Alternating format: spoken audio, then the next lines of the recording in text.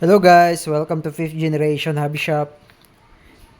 Video testing po tayo. Shoutout po kay Sir Mijay of Amlan, Negros Oriental.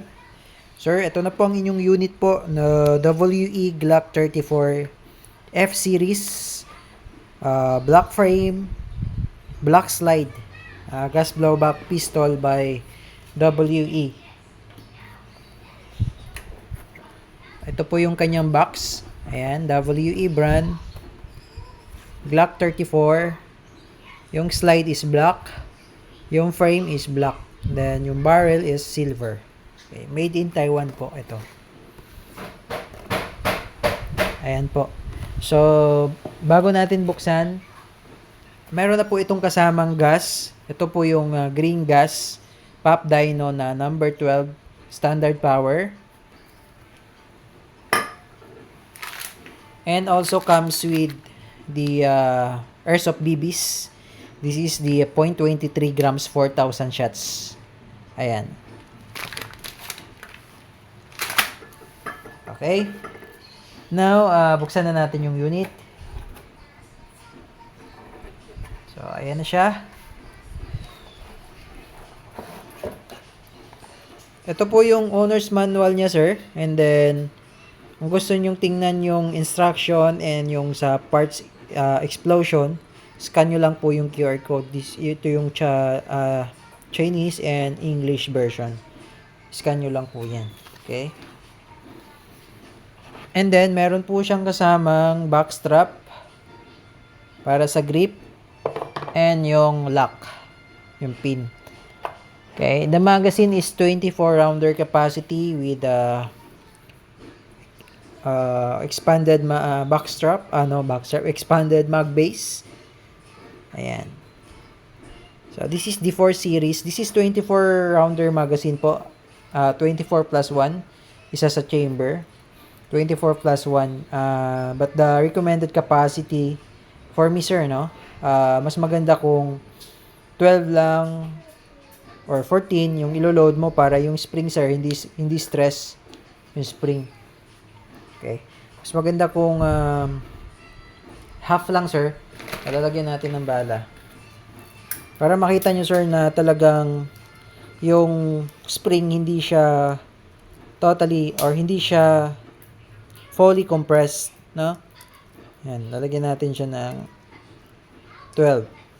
Okay. Yun yung maximum recommended ko, sir, kung sa bahay-bahay lang naman ho kayo practical shooting, di naman kayo magwa-war game. Okay lang yung 12, 4, 6, 8, 10, 12. Yan. So, tingnan nyo, sir, yung spring niya, hindi siya batak. Kumbaga, hindi siya compress. Hindi siya stress. So, maganda yon kasi yung spring, iniingatan din natin. Habang bago pa yung unit nyo, para hindi rin siya agad lumambot yung spring. Yan. Okay? So, 12 is recommended para sa load ng magazine. Okay? And this is your unit, sir, the Glock 34. This is the custom design of Glock, no? This is the custom design of Glock. Meron ako ditong Glock 34 na G series. This one is the F series po, no, or the 4 series. Pakita ko lang sa inyo yung G series, yung design ng G series. Okay, so ito po yung G series. Yan yung design. There's the standard design G series. And ito naman yung unit nyo. Yung Glock 34 na 4 series. So makikita nyo po yung kaibahan.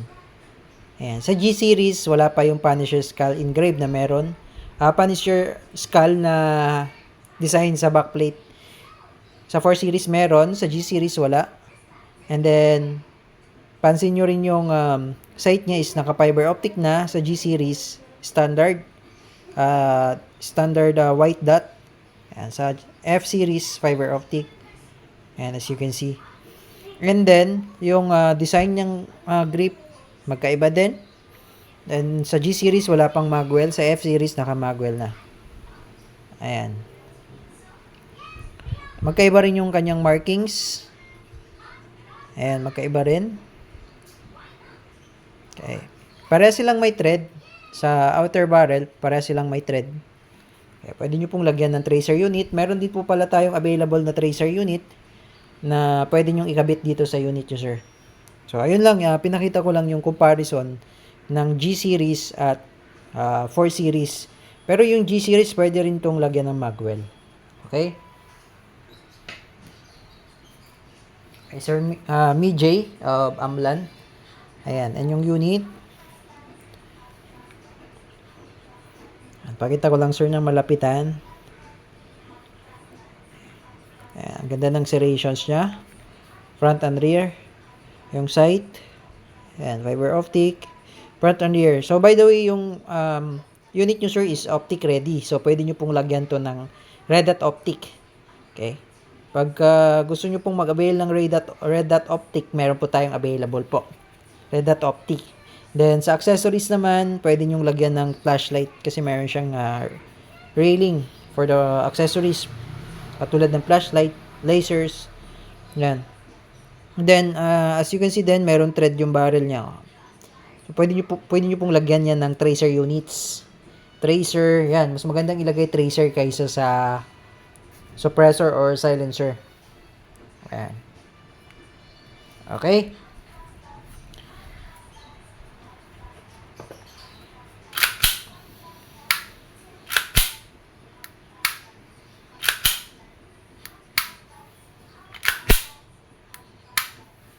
Ay, ganda.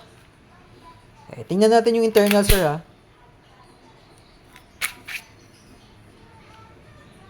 Ayan, may mga oil pa siya from the factory. So, pag naglalagay po kayo ng lube, kung lalagyan nyo po ng lube, dito lang po ang lalagyan nyo, sir, ito. Yung railing. Pwede rin kayong maglagay ng grease. Okay? Grease po, pwede rin pong ilagay dito. Grease, lube. Ayan, dito lang sa may mga railing. And yung moving parts, pwede nyo rin lagyan yan ng grease or lube. This part, wala na po kayong lalagyan dyan kasi kumbaga, yung nilagay nyo naman na lube, kung lalagyan siya ng lube or grease, kumbaga, mag-scattered lang naman yan. Kakalat lang din yung yung lube. So, wag nyo nang lagyan dito na part sa slide. Dito lang sa frame. Ayan. Lagyan natin. Ayan. Mamaya, itetest natin kung ilang EPS. Okay, lagyan lang muna natin ng gas.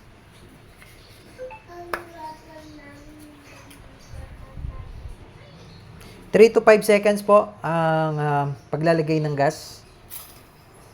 1, 2, 3, 4, 5. Okay?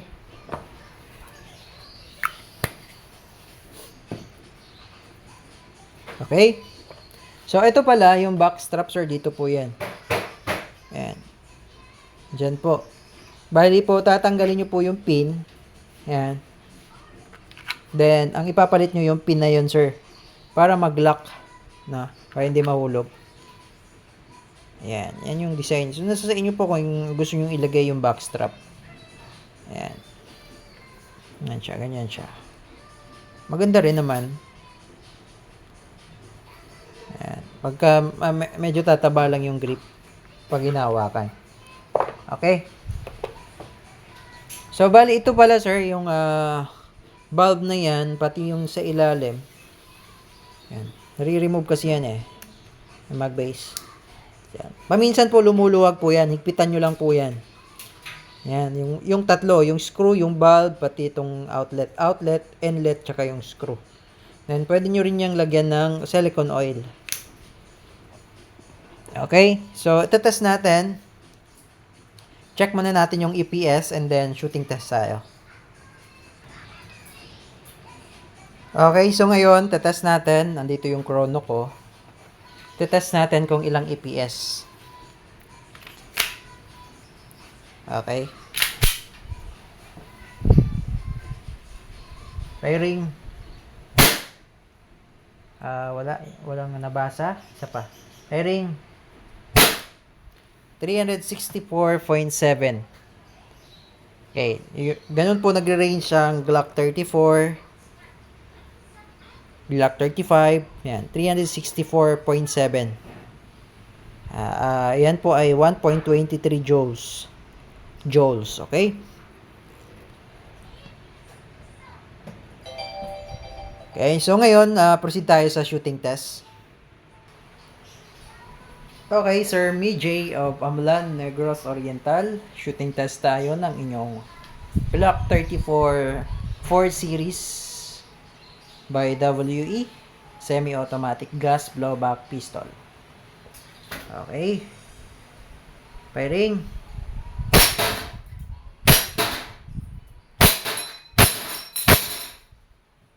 Okay, ubusin lang natin yung bala hanggang sa mag-open chamber. Ayan. Open chamber, ibig sabihin po, wala na pong bala yan. Release mo muna yung magazine. Press mo lang yung mag-release. Ayan. And then, para bumalik po yung slide, huwag nyo po itong gagamitin, sir. Para hindi mapudpod yung slide niya. Yung pinaka-notch dyan, sa part na yan, ayan, may makikita kayong notch. Ayan. Ayan. Yung the stopper between the slide release and the slide. So, pag ang ginagawa nyo po, ganito, down nyo lang to. Ayan. Pag habitual po yung ginagawa na yun, katagalan, itong part na to, mapupudpud po yan. So, pag napudpud po yan, mapapansin nyo, pag pudpud na yan, hindi na yan kakapit. Hindi na siya mag-open chamber. So, habang bago pa lang, sir, yung unit nyo, at habang bago yung unit nyo, yun, tuturuan ko po kayo kung paano iingatan yung unit natin para hindi mapupudpud yung part na yan. So, ang gawin nyo, pag nag-open chamber, hatakin nyo po itong slide. Yan. So, mapapansin nyo, bumaba yung slide release. And then, tsaka mo siya bibitawan. So, wala silang contact dalawa. Okay? So, hindi siya mapupudpod katagalan. Or, kung gusto nyo, para ma-preserve ito, part na to, diba? Siyempre, mahal din yung slide. Para ma-preserve yan, lagyan nyo po ng recoil buffer. So, pag naka-recoil buffer, hindi na siya mag-open chamber. Okay? Pero, mapipreserve nyo po itong part na to. Okay? Kung gusto nyo namang tanggalin yung recoil buffer, babalik din siya sa open chamber. So, habang bago, lagyan nyo ng recoil buffer. Nasa sa inyo po kung gusto nyo lagyan ng recoil buffer. Pero isa sa mga suggestion ko po yun. Okay? So, ayun po. Okay na po ang inyong unit. 100% in good condition. Ready to ship bound to Amlan, Negros Oriental. Okay? So, if you have more questions, sir, sa mga gusto rin ng unit na to, check nyo na lang po yung contact information sa comment section. Okay? Sa mga gusto ng sa mga may gusto po ng unit, okay? Sa mga interested po sa unit na to, this is the Glock 34. Check nyo na lang po yung contact information sa comment section. Okay? So, yan again, Sir Mijay of Negros Oriental. If you have more question po, message lang po sa aming page, 5th Generation Hobby Shop. Yan, sir. Thank you po and have a nice day.